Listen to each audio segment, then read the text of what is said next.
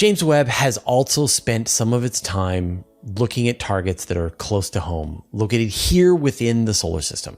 And at this point, Webb has looked at all of the planets that it can inside the solar system.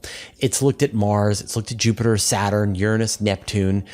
It can't look at the Earth, Venus, or Mercury, or the moon because it uses this giant sun shield to keep its instruments protected from the heat of the sun and the glare of the Earth and the moon. And so Webb has looked at all of the planets that it can in this first year of observations. So let's just go through the worlds. First up, we have Mars. And this is an image of Mars seen in infrared thanks to James Webb. We got two different wavelengths of radiation here, 2.1 microns and 4.3 microns.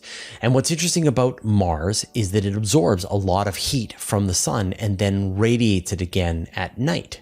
And different kinds of rock emit different kinds of radiation. And so under Webb's view, we were able to see different kinds of rock on the surface of Mars. This was quite challenging because Mars is relatively bright, pretty much at the very limits of what Webb can see and try to resolve any features. So astronomers had to take extremely short exposures of Mars and then build up an image, adding all of that data together. Next, we have Jupiter.